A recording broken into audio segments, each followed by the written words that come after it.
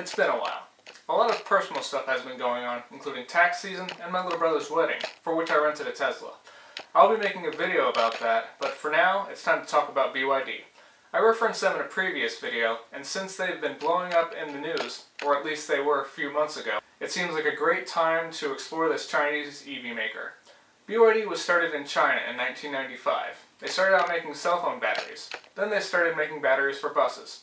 Relevant fact: China has more electric buses than any country in the world. In 2008, they started making their first battery electric vehicles, right around the same time Tesla did. And now, like Tesla, they're one of the largest sellers of electric vehicles in the world, which is great. They're coming under more and more media attention because in the last quarter of 2023, they sold more battery electric vehicles than Tesla. 525,409 versus 484,507.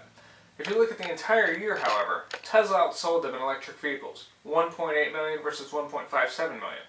You'll see a lot of headlines proclaiming that BYD sold more vehicles than Tesla, which is true, as BYD also sold 1.44 million hybrids, which are easier to sell and which Tesla doesn't sell in the first place.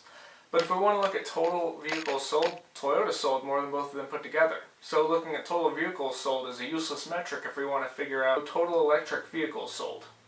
But newspapers need clickbait headlines and people are breathless for a so-called Tesla killer.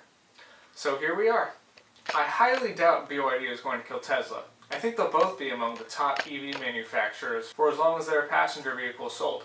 Whoever can't make a compelling electric vehicle is going to die, and that is definitely not Tesla. And anyone who's a fan of Tesla's mission statement, like myself, to accelerate the transition to sustainable transport, can't be mad at BYD's success. I just wish it were more accurately portrayed in the media, especially seeing as how I wrote this in January, but Q1's numbers have come out, and while Tesla's back on top, there aren't nearly as many articles stating the reversal. Interesting how that works. But anyway, on to their models. Before I go into the models, skip here if you are completely uninterested, as they aren't going to be available in the US yet. Currently, BYD is selling the Dolphin, the Seal, the Atto 3, the Han, and the Tang. I'm not going to go into too much detail at this point, as none of these cars are available in the US, and this channel is intended for people in the United States considering and interested in buying an electric vehicle. I'll go into more depth in these if and when they become available in the US. The BYD Dolphin is basically a Honda Fit or a Nissan Versa. It has a 0 to 60 time of 7 seconds and a range of 265 miles.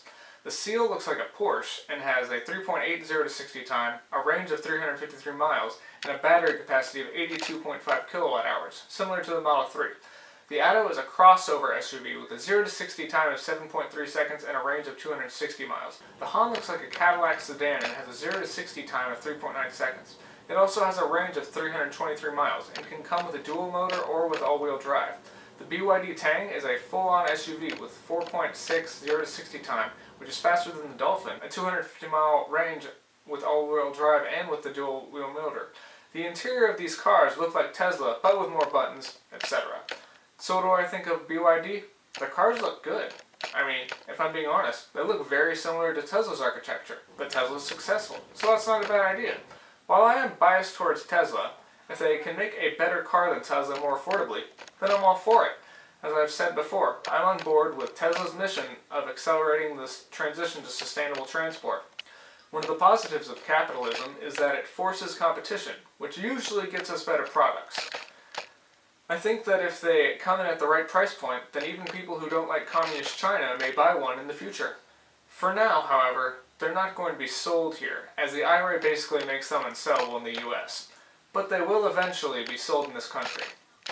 And then, we'll see how the big three react to EVs not just being cheaper to operate over the long term, but up front. Remember, the future is electric. It's just a matter of how long it takes to get there. But if I know America, we'll pass some laws banning BYDs and China's vehicles over here in order to protect jobs. We wouldn't want to let the recent wins by the UAW go to waste after all, now would we? On that note, happy charging.